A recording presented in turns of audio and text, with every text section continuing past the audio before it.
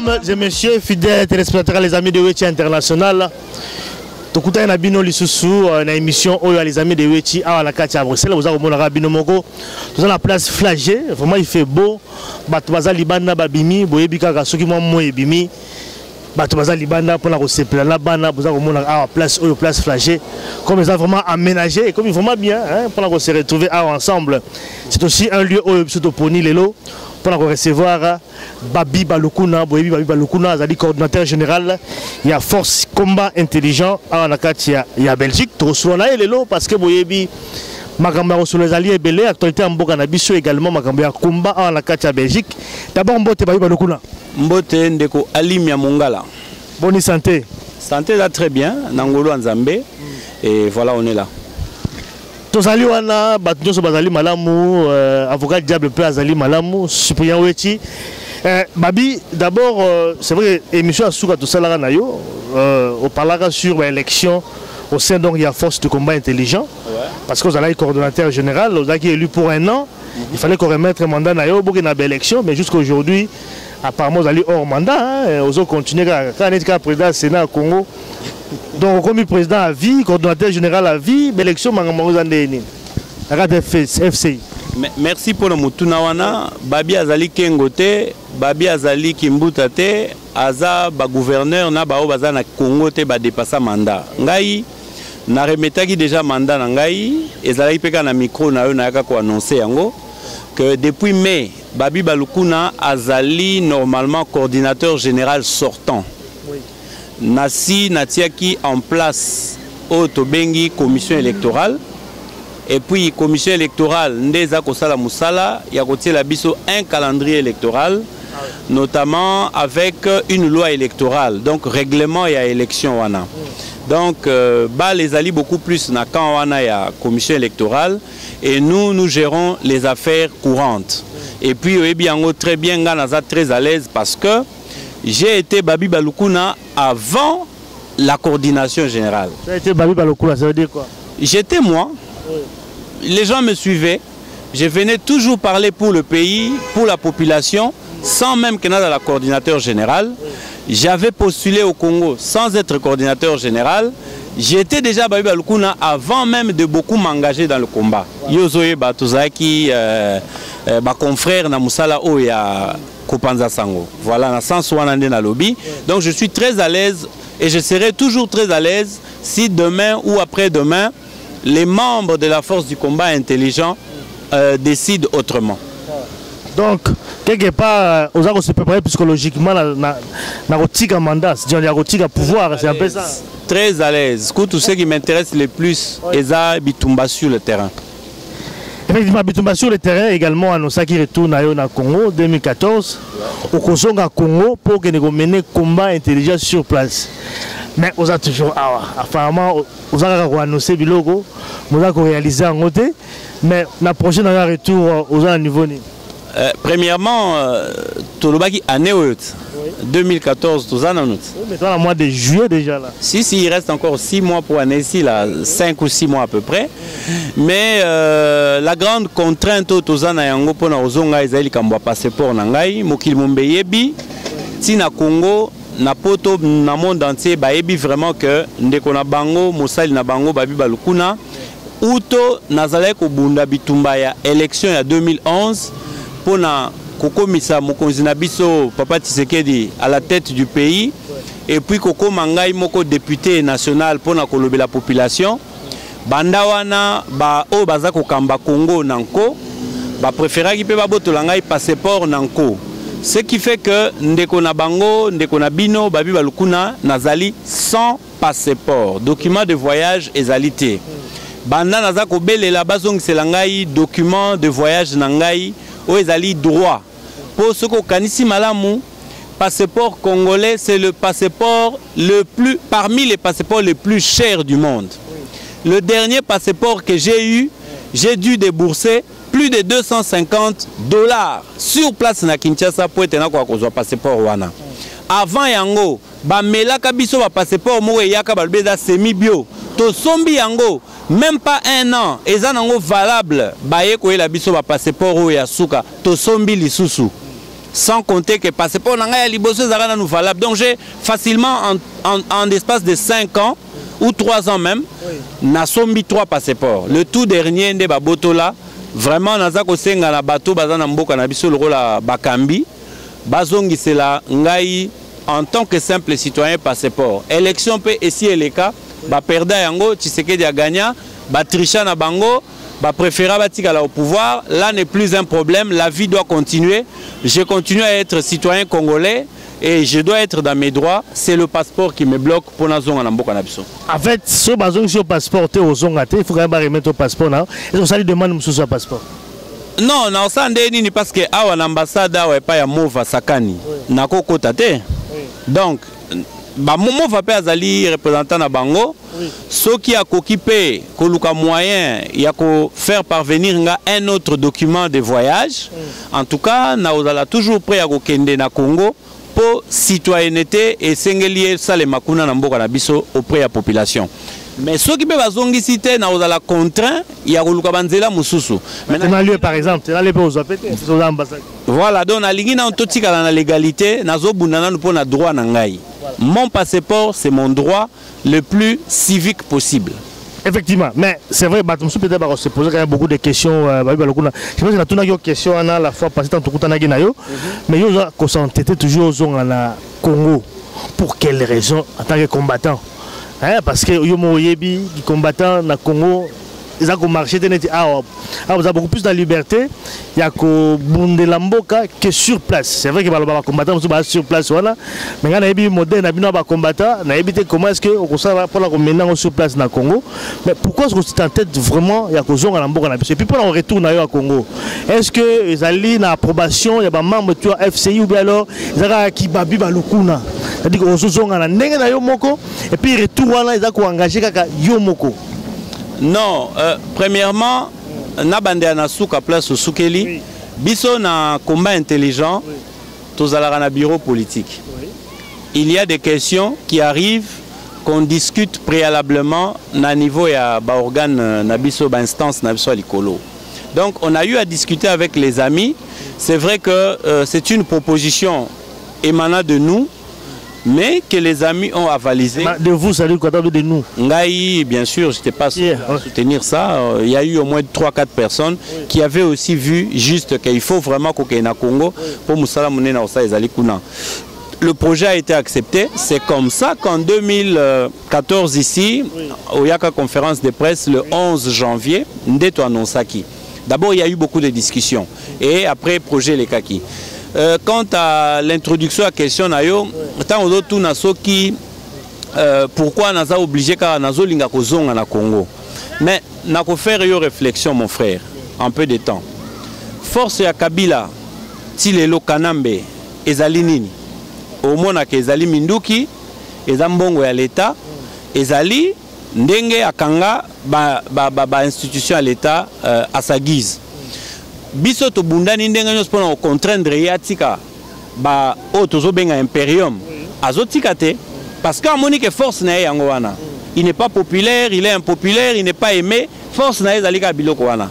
Maintenant kene na ngambo ya biso batu toza ko bundisa ye force na biso ezali nini? Force na biso ezali population. Ça veut dire que même ndenge président Tshisekedi a gagné une élection, c'est grâce à la population. Or biso wana poto to komi ko raisonner Tobundaka na coin na biso tozali susu en symbiose na ce qui est notre force, la population. C'est pourquoi moi en visionnaire, je me suis dit non, nous ne pouvons pas continuer à être décalés na force na biso. Il faut que zonga, que salabo sangani na force na biso parce que la force d'un leader, la force d'un visionnaire, la force d'un leader d'opinion, c'est à côté de son peuple, de son public. Et la force d'un public, c'est quand il est avec un leader ou derrière un leader. Voilà, Ndengenga Nalobi, président Nabiso élu, Azalaki na résidence surveillée, président Nabiso élu, Azali très haut placé dans la fonction. Il faut bien qu'il y ait des hommes qui entre, qui communie avec la population, et je me propose à ce travail-là. De quelle manière on communie? Parce que la Lobiwana qui commande sur place à Kinshasa, ça ne sera pas évident quelque part. Je l'ai déjà fait, je l'ai déjà fait. Donc, yo yebi quand même. Conditionné parce que quand en prison, machette, tout à fait. Donc, n'a pas peur de tomber encore là-bas piège. C'est le prix à payer pour libérer un pays. Il n'y a pas de bénéfice sans sacrifice. Dans le Barayango tout le temps, et l'Obama déjà.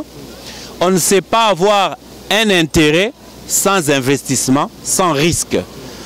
Namona rabatebele bazoloba ngai naza leader d'opinion mais soki komi na likambo okende Congo na okende kuna te bakoboma ngai bongo za leader ya ndenge nini soki ozobanga okende kuna mais les mêmes leaders wana bazoloba baza ba leader na yoka bangoka bazoloba papa chichi bima baboma yo tondima mais yo zobanga ndenge nini ozotinda mutu mususu. Ça veut dire que biso ba oyo tondimi peuple nde akokanisela biso soki lelo nazo souhaiter kokufa te souhait nange ezali nazala pe na mona pe libération ndenge koleka parce qu'on a beaucoup contribué pe toza continuer ko contribuer mais nayebi ke mokili ekozala reconnaissant quoique la reconnaissance n'est pas toujours de ce monde. Reconnaissance ezali ya mokili oyo te mais ngai na une question par rapport à combat parce que toujours parler sur combat en Akati à Belgique nangi quand même na jugement na yo ou bien regard na yo par rapport à combat actuel au bande na biso bazali commener en Akati à Belgique lecture na yo za nini combat est-ce que tu penses que combat en Akati à Belgique ça ko avancer ou ça ko reculer point de vue nous a vraiment ni par rapport à combat en Akati à Belgique? Ndeko soki na ebisi yo mbala moko ke combat ezali bien c'est ne pas être honnête avec moi-même parce que ngai moko pe d'abord en tant que combattant et acteur politique nazala pe observateur et à situation ndenge za kokende. La situation jusque là nous avons encore la chance de tout récupérer mais tout ça li quand même moi ba recul mingi. Pourquoi? Ce qu'on l'a dit bien, au meki ko daté période, au komona que yango période obisotolobaki faisons un combat intelligent. Parce qu'on avait déjà senti l'avancement et l'approche ya ba malaise. Ba malaise yango ezalaki nini? Trop de vidéos, ndenge balobaka, trop d'infos tue l'impôt. Trop de vidéos tue l'info. Yango moni bande ko ebele o bayaki kozo ezaleli ya télévision, il y a végétariat, il y a bamona bango ba mettre biso na difficulté awa lelo.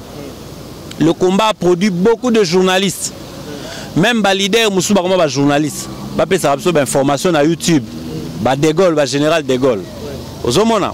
Alors nyonso wana esala biso difficulté et boma combat et zongisa ba tusima na kati ba vidéo wana pe lisusu toza ko retrouver ba mafinga. Quand nous combattons les gens qui sont au Congo pour na ba anti-valeur, est-ce que biso moko il faut tous la pas porteur il y a ba anti-valeur tout ça qu'on reprocher na ba ninga? Comme je trouve parfois des gens ba tuniye nini non Kabila bomi Arma Tungulu kitoko sikoyo yo okosala nini na bato Kabila non tokoboma bango. Il dit ce genre de choses à la télévision.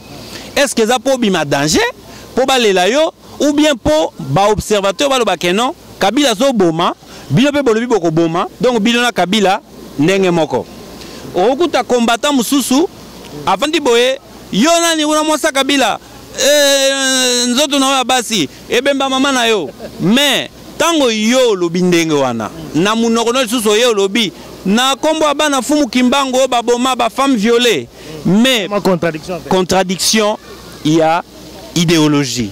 Or biso eloko biso za kobunda makasi na nzela citoyenneté ezali nini ezalinde ba valeur et emporter sur ba anti valeur o ezana mboka na biso o poli na élection olingi kotika te o tricher ba élection ba la question nyonso olingi kotika te yango moni même ngana ya kia na nzela ya ba élection ba vota kinga na yo zongisa nga mandat librement na sina zongisa yango naza suna mandat monga na bloqué te ceux bande ko ba s'organiser bien bango moko eloko za ya bango combat intelligent nous en sommes précurseurs mais eloko na bango c'est ça kozonga na question na yo pour te dire que le combat il allait bien jusqu'au moment où on a tiré la sonnette d'alarme en disant faisons un combat intelligent. Mais au moment où on a habité, tout ça combat intelligent pour Nanini, tout ça la combat à Bozoba. Bamususu babagité. Alors bah interpréter qui m'a dit combat intelligent là également. Ah oui. On va dire insulter bango baza intelligent. Et alors même leader muso combat oh bah bandaki liboso na yo également va dire que non mais combat intelligent ça veut dire quoi dans mener combat intelligent. Or babi baluku na zata docteur en droit. Ozomona. Donc eza mamba ba diplôme te combat intelligent to lobai kaka tout ça là un combat stratégiquement positif. Ozomona. Or, bande kosiko ba moni yango fo mususu par motema mabe jalousie zuwa yake idée ezobima na mutu na munoko babi balukuna te il faut que tout ça le contraire à la place du combat intelligent mutu ya motema mabe alobi mieux vaut na sala combat ya buzoba ya kofinga batu ya kotiola batu ya kodiviser batu oyebi na ko partager na yo expérience au lelo alimia je pars chez les Iraniens. La résistance chaque année na kendara parce que ben invitera biso et ben invitera biso beaucoup plus tôt avec beaucoup de respect quand on arrive on nous loge et tout ça to contribuera tant et l'autre ce qui est très honteux bande koana baza très structuré très organisé alors rassemblement qui est-ce que je trouve là-bas ce sont les Iraniens mais tu trouves des Congolais qui viennent des Ivoiriens qui viennent des Algériens. Tu trouves des Belges et des Français qui sont invités à leur rassemblement. Qui est sur leur tribune comme invité, orateur? C'est des anciens, des nouveaux et des anciens sénateurs, des maires, il y a Londres, il y a Grande-Bretagne, il y a Kuna na États-Unis, il y a France, sénateur, député. Alors, biso sigo et pas inabiso. Là où les gens ont refusé de faire un combat intelligent en préférant faire le combat à Bouzoba. Qu'est-ce qu'ils vous disent? Au moins, on a invité de combat à Bandotala. Yo, za Congolais, to za Angolais. Oka mutona habité na za muzomba mamba Congo etaliote. Ah.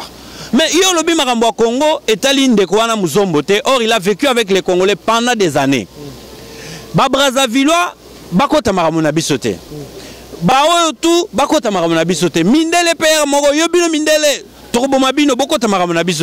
Mais la même personne revient au devant de la scène. Communauté internationale, botale la biso makamboyo. Communauté internationale wana yo benga bana tata mwasi na yo to bana ya noko na bino. Ozomo na place pour mes alliés. Donc tozali na problème munene ya vision. Il fallait et il faudra à un moment donné biso ba autre bito ba leader d'opinion to éclairer vision na biso. On dit tout et son contraire à la fois. Yangon a partagé expérience iranien pour te dire que notre combat va mal pour le fait qu'il y a Makambo na Zolo Banayo. Si on veut faire un combat, il y a division, il y a séparatisme, il y a que non, ya te poye to mona tête nene tikaka. Au moins combattant mususu, azo kabila ba congolais nanko. Oh congolo, aya pa na biso tazala pa kabila. Ah. Or nous le combat qu'on veut faire, c'est un combat à récupérer Batou. Plus Kabila doit devenir impopulaire, plus nous deviendrons populaires. Or, dans le moment où qu'est-ce qui se passe? Batou baza ko longwa pa na biso pour ne pas Kabila. Pourquoi? Parce qu'ils sont déçus de notre comportement. Est-ce que c'est un combat intelligent ou un combat banal? Le combat division T. Oh, to comme ça Batou tout ba collabo. Combat wanande liloba ya collabo za liloba division. Liloba ya oh non. Oh kuna alo makamna biso te biso neto banda combat division. So moni mutoba langage wana combat na biso neto banda combat division. Oh kuna collabo division. Baluba bangala ba Swahili ba Congo division. Batouana biso na combat, il faut les isoler et les mettre hors d'état de nuire. Voilà, merci Babi Balokuna pour la point wana. Mais est-ce que na komeka un peu na ko bon pas qu'on rebondir en fait mais na komeka un peu ko élargir un tout petit peu na niveau ba question d'angai. C'est vrai que na combat ndemba tout ça ko yoka awa bolobi ke il faut soulèvement populaire la mboka na biso. Na ebte soki zali point de vue na mais donc ba combattant ebelé bien que balobaka boza sika morote mais boza un peu na moi ba vision moko quelque part hein, ça dit que ba objectif moko na loba. Alors soulèvement populaire na Congo, il y a une solution pour faire partir Kabila. Nous avons plusieurs fois dans cette interview, les combattants ont abordé le concept de soulèvement populaire. C'est le point de vue également. bien FCI, Force de combat intelligent. Selon les points de vue Nabino, comment est-ce que Bino vous envisager et ça les sur place dans le Congo? Merci Ndekwalimia. Mon frère, je suis très à l'aise avec cette question. Pourquoi? Ngai Babi Balukuna, je ne parle d'abord que de moi en tant qu'individu. Naolo Bela soulèvement populaire na Congo depuis 2009. Ba image ezali, site na biso ya combat intelligent et kobanda dans peu de temps. Tokotia ba image nyonso wana na portée à public. Et si kabiso toza ko conscientiser na Kinshasa na télévision à Kinshasa, tozolo bela ba soulèvement populaire. Ngai moko. Wana élection 2011 et na noté. Soulèvement populaire ezali nini? Soulèvement populaire ezali manifestation, il y a révolte. Manifestation, il y a mécontentement. Soulèvement populaire ezali rébellion moko non armée. Ezali rébellion moko populaire. Pour la rébellion, tu vivais dans Nina, Jean-Pierre Bemba, na groupe na ba kangimbo ka moroboy. Roger Lumbala na groupe ne ba kangimbo ka moroboy. Mais awa soulèvement populaire ezapé rébellion. Différence non armée, ezatekeo ezaya mutu. Ezaya peuple yemoko. Yango wana biso tolobi wana ezali préférable. Na niveau ya FCI, force ya combat intelligent. Awa na kati ya Belgique. Tobandi ko balikambo soulèvement populaire depuis année 2013. Juste après l'élection na biso, papa tobandi ko bela soulèvement populaire. Parce que to monaki que soulèvement populaire ekoko mema biso na nzela moko malamu. Maintenant, na ndenge nini, na koko loba tout ce qui est stratégique awate. Soulèvement populaire ekoko salama soki bandeko ba travailler to travailler na sima ya population. C'est à la population, comme le président Tshisekedi alobaka yango, de se prendre en charge. Ozomona population de mutu il faut ça la soulèvement populaire. Ezanga babité parce que nga moso na bandi ba okanganga ba otianga na makala ka ndenge batia kingai. Il faut population à ça la soulèvement na ye. Mais population il faut ko préparer ye côté ya ye ko lakisa ye tina ya acte azo sala. Ezalinde une façon ko comme sa population responsable. Au moins mutu est responsable à se prendre en charge. À décider na tina na ye moko en âme conscience ya eloko akosala. Yango moni tokosala yango na façon wana. Na façon wana. Alors toke na question msusu parce que moni bango na biso tambolaka mingi. Ngai na ina kuzongela un peu aux ezali na actualité vraiment pour l'instant au niveau de l'opposition. On parle d'une alliance UDPS, UNC, à Vital Kamere, on parle même à ISUD, Martin Fayou, ça dit que Basali alliance moko ensemble ou alors moi rapprochement à parti politique pour la traduire Joseph Kabila dans CPI, Cour pénale internationale. Est-ce que vous allez pour alliance Wana ou contre? Est-ce que tu penses que alliance allait porter fruit moroboy? La première des choses, objet à alliance. Non, il faut qu'on traduise Joseph Kabila dans la justice. Il y a bien longtemps que le peuple congolais a osé la yango. Donc, ce qui est en tant que moko yakati ba peuple au singulier. Na moni muto a nyoko libiso trop. Il faut pas traduire en justice et que la possibilité je ne peux que applaudir.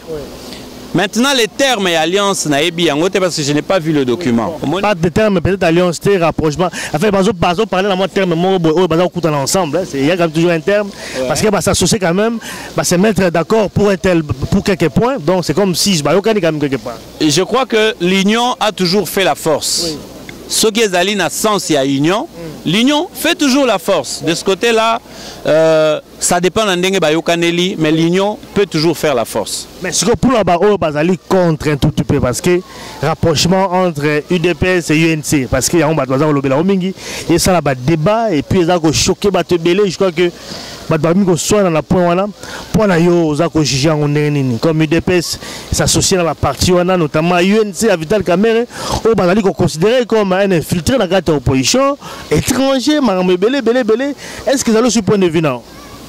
Bon, Marambo alliance UDPS UNC, je ne suis pas dans la cuisine interne. Oui d'accord, mais point de vue alliance ESA.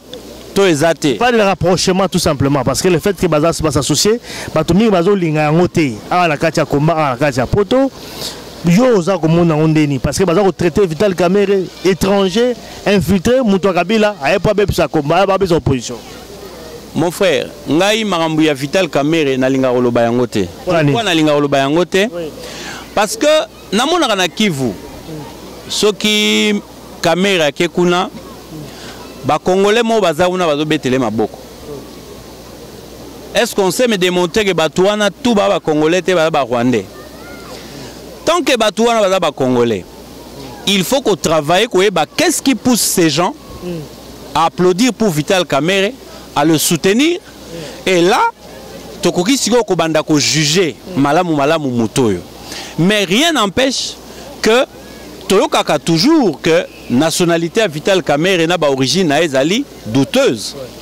Mais le moment actuel, est-ce que zali moment où yo to entamé front ya guerre wana ya nationalité à Vital Kamerhe du genre parce que de 1 sur le plan des droits tribunal morote zali habilité ya koyamba biso na dossier wana biso morope to ko se constituer partie civile na qualité nini pour na okende ko porter plainte et ba pièce ya plainte na biso to ko zoela yango wapi parce que nous ne disposons pas de l'état civil à Congo. Toujours contrôler l'état civil, fonctionnement ya administration et état civil à Congo.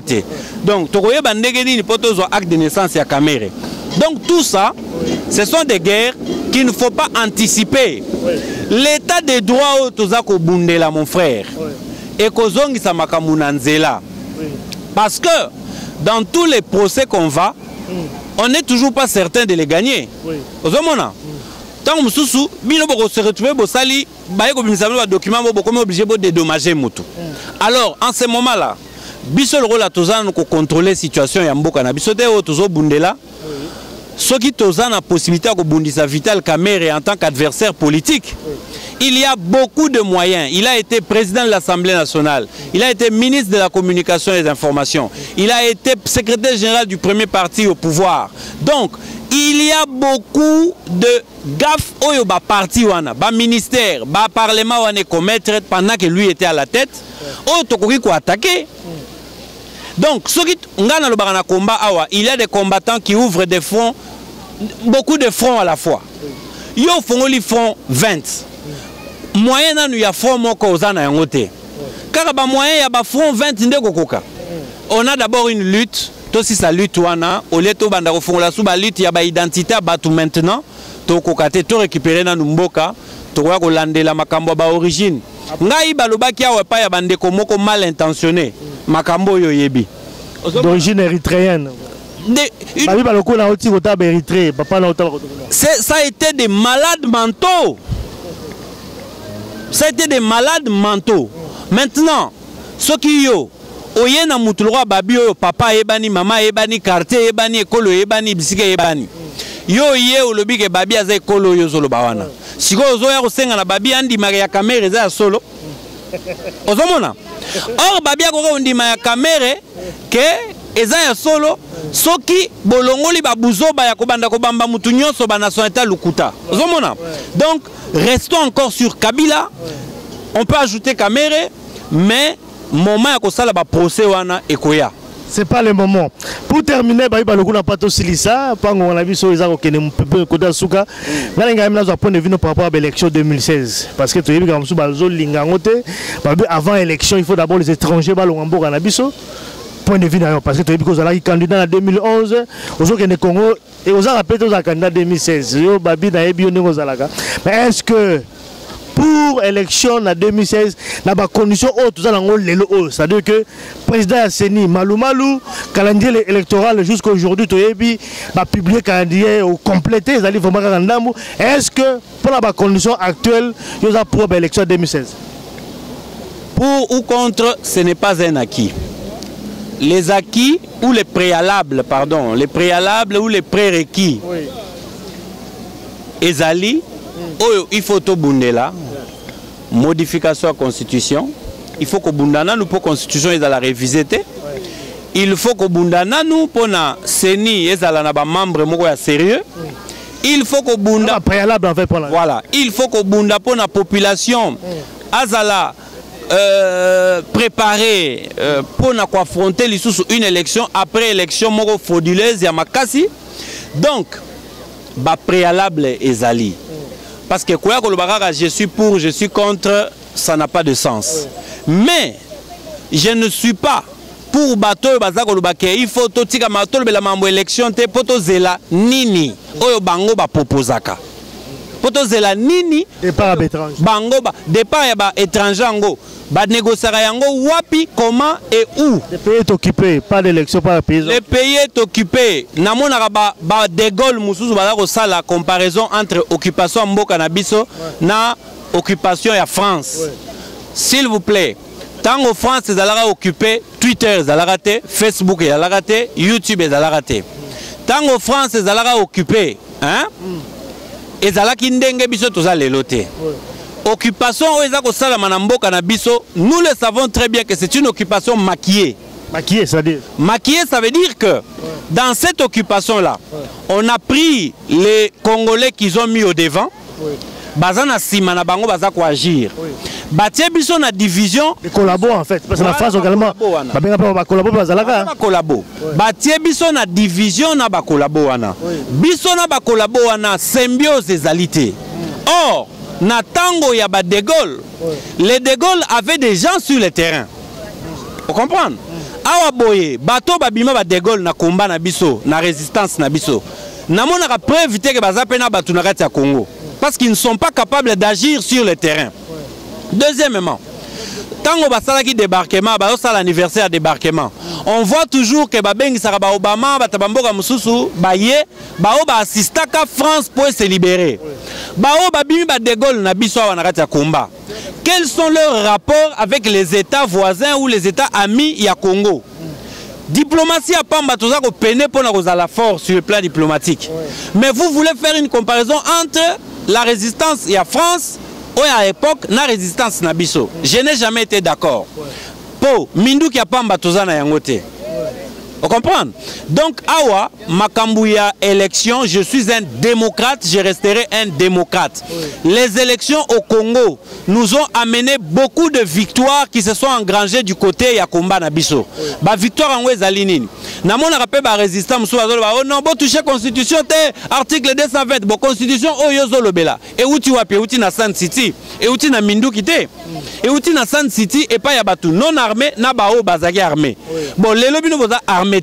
Si ko bozo luka élection te boboyi na yo rappel batu mususu awa bazo bosa na eloko moko po eloko lobeli yango te les gens qui manquent du respect na batu roi ba Tshisekedi Tshisekedi wana bangonde ba ponda pe constitution donc nani processus o emema biso na 1+4 ba élection maramunyoso ti lelo to komi na chance ya que si tout va bien Kabila peut partir en 2016 si tout va bien parce que constitution ko permettre yete ozomona mais Tshisekedi wana namoni batu musu baza ko manquer respect apesa bango bilan asala boya c'est mauvais en fait que demander peut-être mais papa basenga ka bilan na mutu oyo aza ko exercer quelque chose n'est-ce pas mutu aza na exercice ya eloko te bilan ozo senga ya nini Tshisekedi gère quelle commune au Congo? Il a gagné aux élections certes mais il n'a pas d'impérium, il ne gère rien ozo senga bilan en vertu de quoi? Et cessez de croire que la libération du Congo est allée charge Joug Namutu à Tshisekedi Yemoko. Non, c'est un problème de tous les Congolais. Et ça, les Tshisekedi Yemoko. Bon, yo vandi Tshisekedi wana na yo mutoza na poto. Na ye mutoza kuna basi batia na résidence surveillée preuve monana. Qui est plus en danger? Qui est vrai combattant au front? C'est lui. Qui court les risques, le plus de risques? C'est lui. Bon, yo vandi na poto ozo manquer de respect. Azala premier ministre plusieurs fois. Azala ministre, Azala président à parti. Yo, mais tu veux manquer du respect à des gens qui ont déjà fait leur parcours. Antoine Gizenga Zawana, peu importe son âge, il a contribué au pouvoir de Kabila. Tu as déjà vu ici en Europe combien de gens s'attaquer à Antoine Gizenga? Non. Bazana respect le patriarche. Vous comprenez? Bon, Tshisekedi du haut de son âge, ce n'est pas un patriarche à qui on doit du respect. S'il vous plaît, Tipouana, Papa Nabiso Tshisekedi, ce qui a l'ingaki pouvoir, il aurait pu accepter l'inacceptable. Jean-Pierre Bemba le dit si haut, je n'aurais pas dû accepter l'inacceptable. Et Tshisekedi, fort de cette expérience, il n'a pas accepté l'inacceptable. Il est là. Tu crois que Kabila, ça allait lui coûter quoi? Il y a qu'à partager pouvoir na Tshisekedi. Tu crois que Kabila n'a pas cherché à proposer à Tshisekedi des choses? Et tant qu'Avani Nayandi, mine écoute mieux voir Koufana est pauvre, mais en dignité, c'est quelqu'un à applaudir, à respecter. Tobeta Masolo à combat Bisomoko. Qu'est-ce qu'on fait dans le combat? Nous qui avons encore le muscle, nous qui avons encore la jeunesse, nous qui avons encore la force. Arrêtez de chercher les poux. Na mitou ya batu o baza déjà avancé en âge. Total ananu biso na biso ba jeune. Ba Martin Luther ba bande ko bunda na ba âge biso tozana yango. Merci papa. Merci en tout cas Babi Balukuna, je pense que tu as commis vraiment na souka ya interview na biso na biso na le souka peut-être la 30 secondes pour clôturer. Na le belé parce qu'il y avait beaucoup à dire. Je n'ai plus rien à dire. Tout ce qu'on peut dire tozali na biso bino pe bozala, to continuer combat na biso, mais to longola banti valeur o ezali ko bebisa image ya combat na biso et pour le reste combat ezana ba ki ebele. Tant on a ko tala ke batulwa ba JB Piana, batulwa ba Werason, batulwa ba Kofi Olomide, ba Papa Wemba, ba superstar, ba prêtre na kati ya potoyo, ba koma coincé. Pona le fait ya combat na biso. Ça prouve que le combat a une force. Voilà. Ce sont des acquis du combat et qu'il faut continuer à entretenir. Merci Babi Balukuna.